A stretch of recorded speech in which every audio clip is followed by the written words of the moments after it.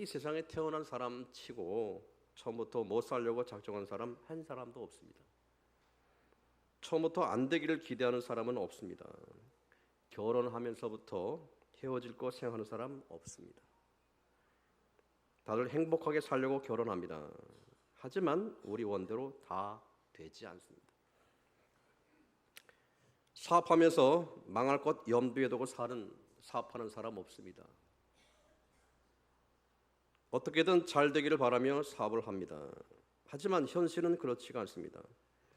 이 땅에 태어난 사람부터 사는 사람 중에 병들어 죽기를 원하는 사람 한 사람도 없습니다. 모두 다 건강하게 자기를 하면서 오랫동안 잘 살고 싶어 합니다. 그런데 그렇게 되어주지 않습니다. 이것이 바로 우리의 인생입니다. 우리가 원하는 대로 마음먹은 대로 안 되는 것이 인생이란 말입니다. 잠언 16장 9절의 말씀 보면 이렇게 우리에게 가르치고 계셔요. 사람이 마음으로 자기 길을 계획할지라도 그 발걸음을 인도하시는 분은 바로 주님이시다.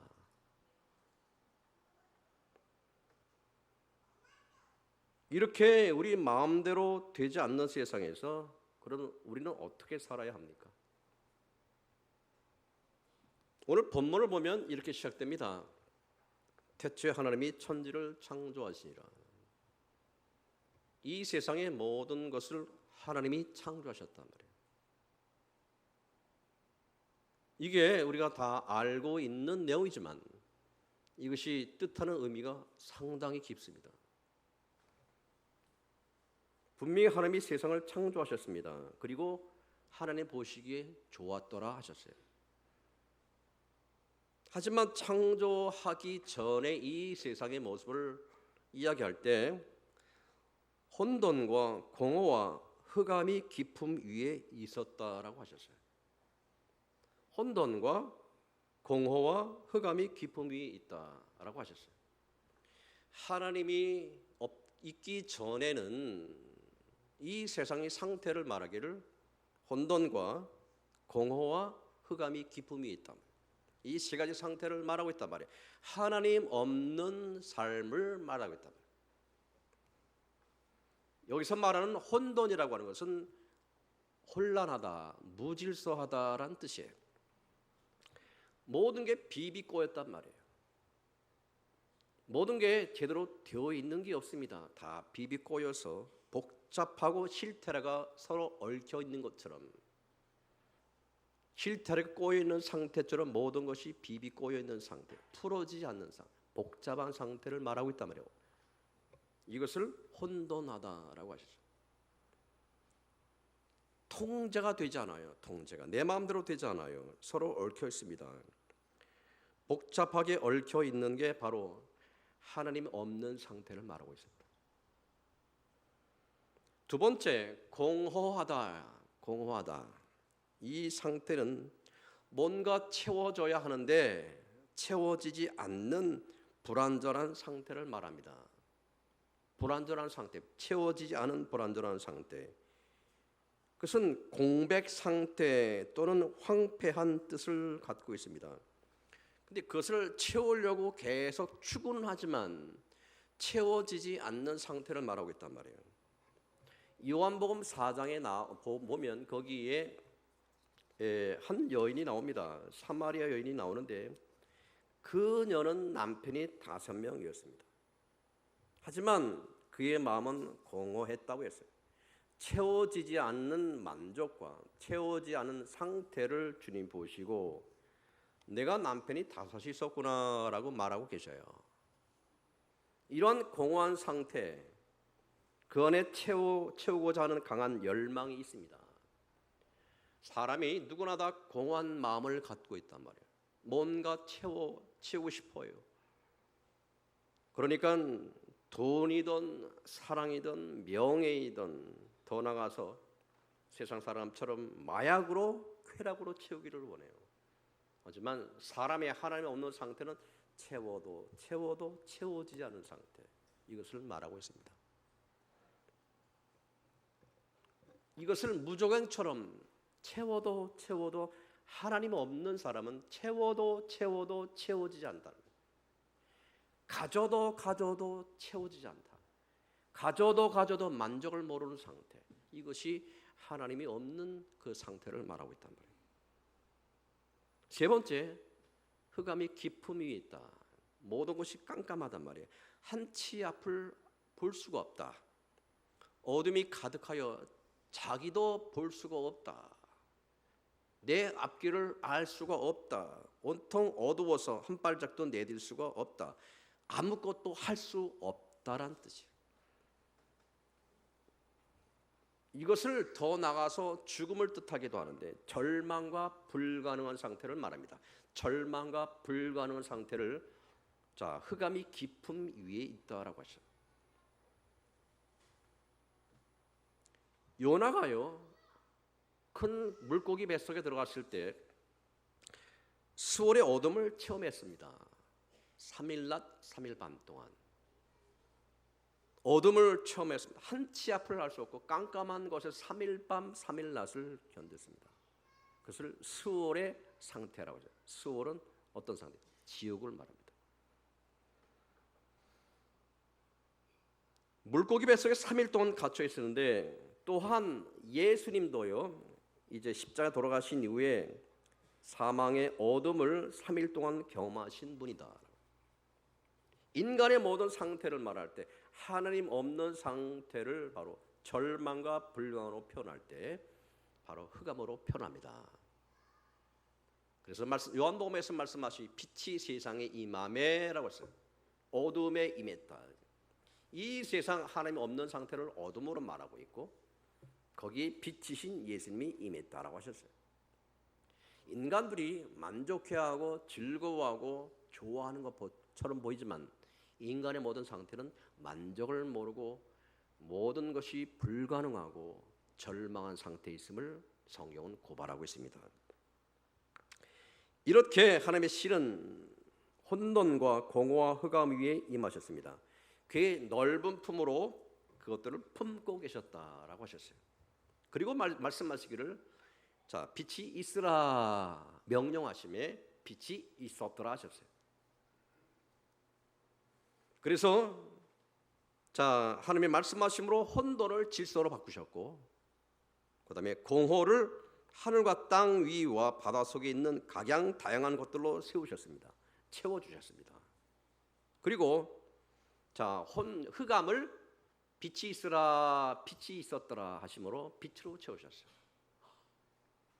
이렇게 우리가 사는 혼돈하고 복잡다단한 인생의 현장에 하나님의 신이 운행하시고 하나님의 말씀으로 우리를 갖다가 어둠에서 빛으로, 절망에서 희망으로 우리를 인도하신단 말이에요.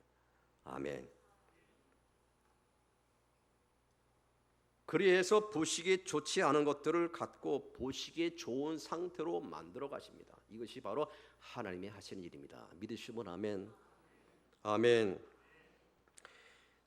혼돈과 공허와 흑암이 깊음 위에 있는 상황 속에서 먼저 하나님의 신은 수면 위에 운행하시니라 했어요. 하나님의 신이 수면이 운행하시니라. 이것은 누가복음 13장 34절에서 잘 표현되어 있는데, 암탉이 제 새끼를 날개 아래에 몸같이라고 말씀하십니다. 하나님의 신이 수면 위에 운행하신 것을 암탉이 제 새끼를 날개 아래 모은 것처럼 설명하고 있단 말이에요. 이것을 닭이 제 새끼를 보호하듯 하나님께서 우리의 삶을 지키시고 계신다는 뜻을 말씀하고 있습니다. 아멘. 처절한 고통의 현장에서도 아픔의 현장에서도 우리를 그냥 두지 않으시고, 그러기에 우리는 어둠의 때 하나님을 찾고 그로 하여금 그의 자리에 계시게 해야 한다는 겁니다. 아멘. 암탉이 제 새끼를 자기 품속에 모으듯 하나님이 여러분을 갖다가 만나주시고 여러분을 지켜주시고 여러분과 함께 하시면, 그 다음에 그 하나님의 말씀으로 여러분을 갖다가 뭐로 바꾼다? 절망에서 희망으로, 어둠에서 빛으로 인도하신단 말입니다. 아멘. 할렐루야. 이렇게 성령의 역사는 우리를 새롭게 하신단 말이에요. 하나님의 신이 수면에 운행하신다라는 이런 놀라운 창조 역사가 일어나게 된단 말이에요. 믿으시면 하면 오늘 창세기 말씀으로 우리가 같이 생각해 보는 것은 이 세상의 모든 일은 세 가지로 표현했단 말이야. 여러분의 곤고와 아픔과 역경과 절망과 모든 것을 세 가지로 표현, 혼돈과 공허와 흑암으로 표현하고 있다. 그래서 인간이 풀려야 풀 수 없는 것들을 갖고 고뇌하고 힘들어하는 것을 인생으로 말씀하고 계신 거예요. 그 인생의 실타래를 풀 만한 것은 오직 하나님의 신이 운행하셔야 된단 말이에요. 성령이 여러분을 사로잡아 주시고 암탉이 제 새끼를 품 안에 몸같이 하나님이 여러분을 만나 주셔야만 뭐가 된다? 어둠이 빛으로 변하고, 그렇죠? 모든 혼돈이 변하여 질서로 바뀐단 말이에요. 공허함이 바뀌어요 만족과 기쁨이 넘친단 말입니다. 믿으시면 아멘.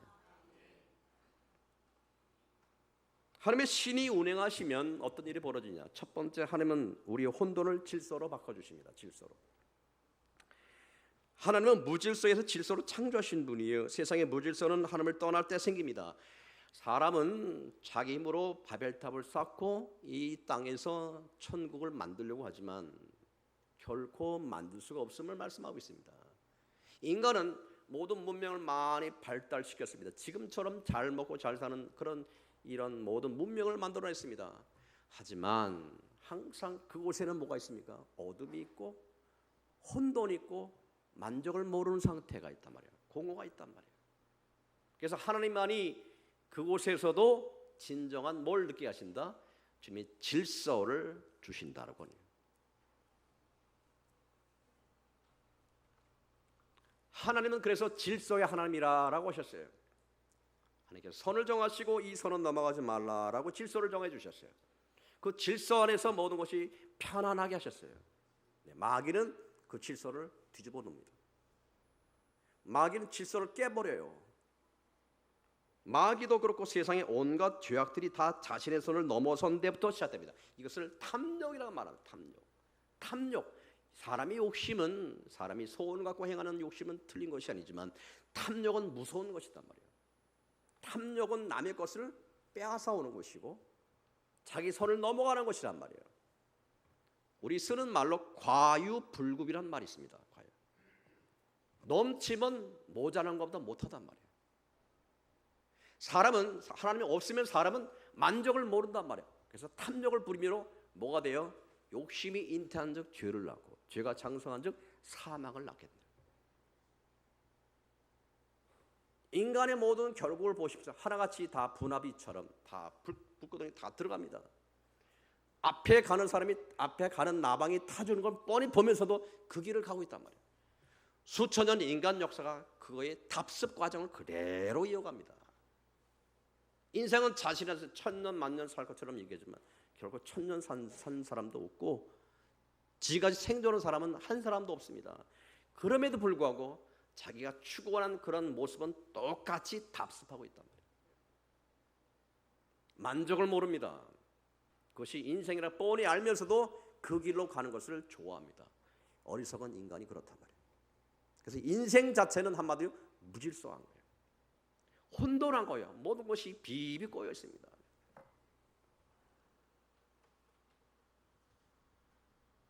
에덴 동산에서 아담은 선악과를 먹음으로 자신이 하나님처럼 된다는 유혹에 넘어가 멸망하게 됐습니다. 하나님께 선악과를 두신 이유는 하나님과 이 아담 사이에 선을 그어주신 거예요. 이걸 넘지 말라. 이것을 넘었습니다.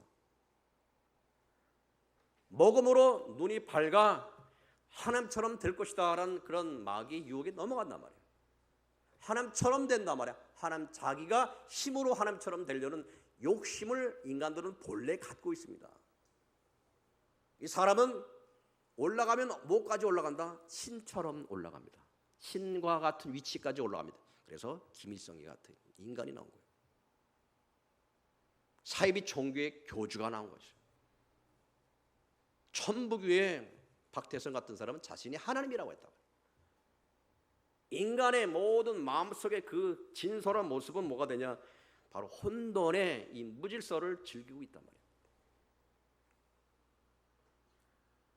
스스로의 것으로 만족하지 못하는 자족할 줄 모르는 욕심으로 죄가 왔고 그로 인하여 사망이 오게 된 것입니다. 우리의 중심이 하나님이 계시지 않으면 자족할 줄 모른단 말입니다. 하나님이 계시면 자, 무저갱이란 말이 있어요. 무저갱은 밑바닥이 없는 상태. 뭘 채워도 만족을 모르는 상태를 말하고 있습니다. 바로 하나님은 우리의 밑바닥이 되십니다. 그래서 우리를 채우는 대로 자족할 줄 알게 하십니다. 아멘. 여러분이 주님의 은혜로 자족할 줄 아는 것이 하나님의 축복입니다. 아멘. 그것을 깨닫게 하신단 말이에요. 그래서 예수 안에서 주어진 것을 감사로 여기는 마음이 생긴단 말이에요. 그것이 바로 하나님의 마음이라고 하는 겁니다. 근데 세상 사람들은 만족을 모릅니다. 왜? 밑바닥이 없어요. 물질도 명예도 모든 것이 만족을 모릅니다. 예전에 말씀드렸지만 한국 사람이 지금 사는 모습이 참 잘 삽니다. 그냥 잘 사는 것도 아니고 참 잘 살아요. 한마디로 더 할까요? 무지하게 잘 살아요. 근데 우리는 못 산다고 생각합니다. 여러모로 많은 고통을 당해봐야 모든 것이 소중한 그때서야 아는 어리석은 인간이란 말입니다. 아멘. 여러분 주님 만나면 그 마음을 얻게 된단 말이에요. 성경이 말씀하시기를 자족할 줄 알라 말씀하시기 때문에.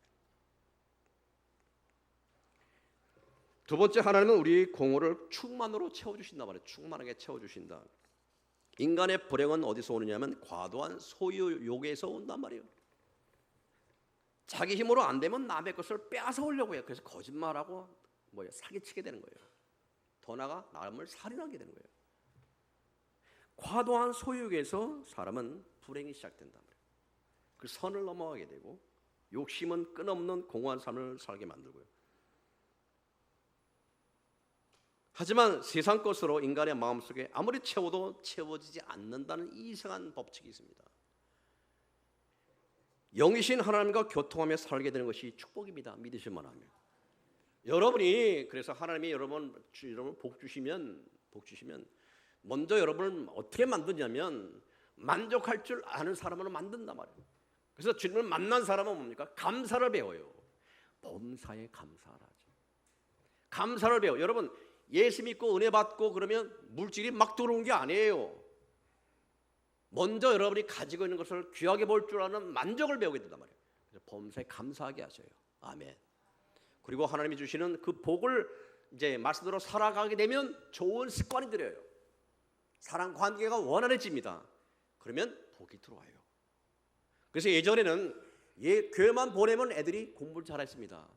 그 이유는 하나님의 복 주신 것이 아니라 보세요. 교회만 와도 좋은 습관이 들어가는 거예요. 습관이 사람을 뭘 봐요? 운명을 결정한단 말이에요. 그래서 교회에 믿음으로 온 사람이고 안 사람이고 그 서로 공동체에서 어울리면 예수 믿는 사람 치고 못 사는 사람은 없었습니다. 그렇죠? 여러분 하나님이 주신 복을 모두가 누리고 있는 거예요. 하지만 하나님이 주신 뜻대로 살아가면 하나님이 주신 복은 그 삶 가운데 주시는 열매를 먹게 한단 말이에요. 하나님을 떠난 마음은 하나님을 알되 하나님을 영원하게 하지도 아니하며 감사하지도 아니하고 오히려 그 생각이 허망하여지며 미련한 마음이 어두워졌나니. 로마서 1장 21절이에요. 하나님이 없는 마음은 어두워진 마음이라 허망하다라고 하는 거죠. 미련하다라고 말씀하시죠. 어두운 마음은 어두운 생각을 낳고요. 어두운 생각은 어두운 계획을 낳고 어두운 계획은 어두운 행위를 낳게 되어 있습니다. 여러분 빛으로 임하실 때 항상 여러분 아름다운 삶의 열매를 맺을 수밖에 없다는 겁니다. 그래서 그 열매를 뭐라요? 성령의 열매라고 하는 거예요. 그래서.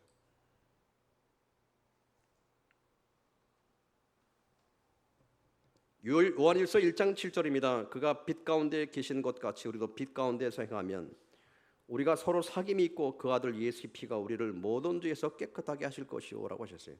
아멘. 빛 대신 하나님을 가까이 하면 자연히 어둠은 물러가게 되는 것이죠. 빛 대신 주님 마음에 거하게 되면 어둠은 물러가게 된다. 그러면 사람이요 달라져요.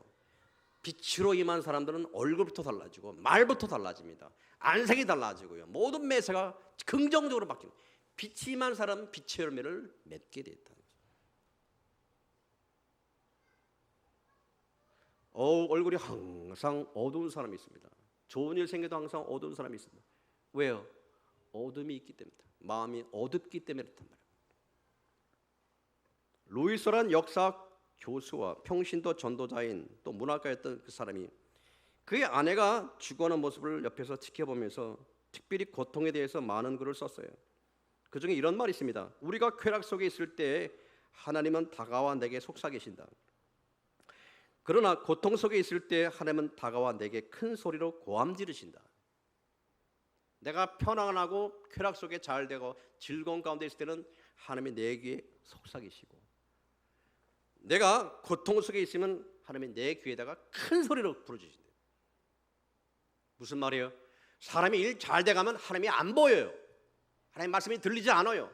그러나 어려움이 와야만 하나님 말씀이 들린단 말이에요. 그래서 사랑하는 사람에게는 하나님이 고통을 주신다. 그래야 하나님 말씀이 들리거든. 하나님 말씀하신 것이 아니라, 말씀 안 하시는 것이 아니라 하나님 말씀이 들리지 않게 내가 세상 소리에 귀를 기울이고 있단 말이에요. 여러분이 주님 안에서 아름다운 열매를 맺어가시기를 주님의 이름으로 축복합니다. 자기를 찍는 도끼나라도 향을 묻혀주는 향나무처럼 이제 남은 2017년 남은 이제 하반기 동안 우리를 찍으러 달려오는 사람들 앞에서도 예수의 향기를 바라시고, 여러분 주변 사람들에게 향기를 바라는 여러분 되시기를 주님 이름으로 축복합니다.